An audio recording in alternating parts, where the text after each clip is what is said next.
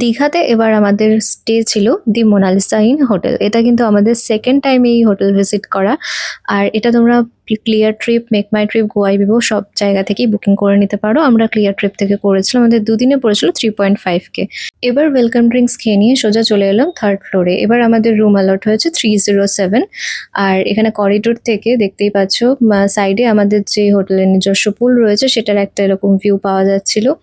আর রুমের ডিটেলসটা এবার তোমাদের শেয়ার করি। রুমে ঢুকে এরকম একটা কিং সাইজের বেড ছিল, তার সাথে ওরা কিন্তু গুড নাইটের কয়েল থেকে শুরু করে একটা ওয়ার্ড্রপ, ব্ল্যাঙ্কেট আর সমস্ত মডার্ন ফ্যাসিলিটিস যা যা থাকে সবই প্রোভাইড করেছিল। এখানে সিটিং অ্যারেঞ্জমেন্টও ছিল, আর তার সাথে টয়লেট্রিজ অ্যান্ড ডেন্টাল কিটও প্রোভাইড করেছিল। আর দেখো এখানে ওয়াশরুমটাও কিন্তু ছিল যথেষ্ট spacious and neat and clean.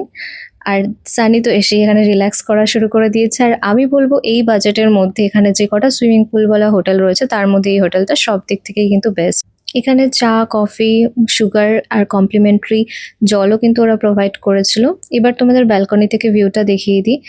Balcony থেকে ভিউটা ছিল কিছুটা এরকম, আর সারপ্রাইজিংলি আমাদের ব্যালকনি থেকে কিন্তু জগন্নাথ মন্দিরের এরকম একটা চূড়া দেখা যাচ্ছিল।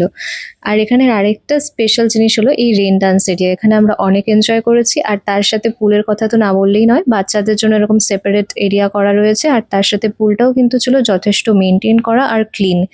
এখানে টিউবও প্রোভাইড করা হয়েছিল, এটা নিয়েও আমরা অনেকক্ষণ পুলে টাইম স্পেন্ড করেছি।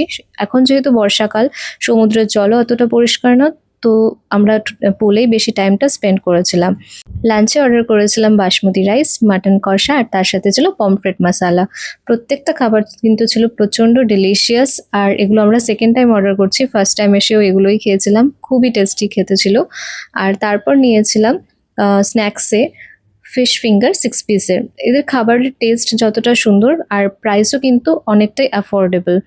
তো তোমরাও এখানে এসে এই খাবারগুলো অবশ্যই ট্রাই করো এদের রেস্টুরেন্ট থেকে।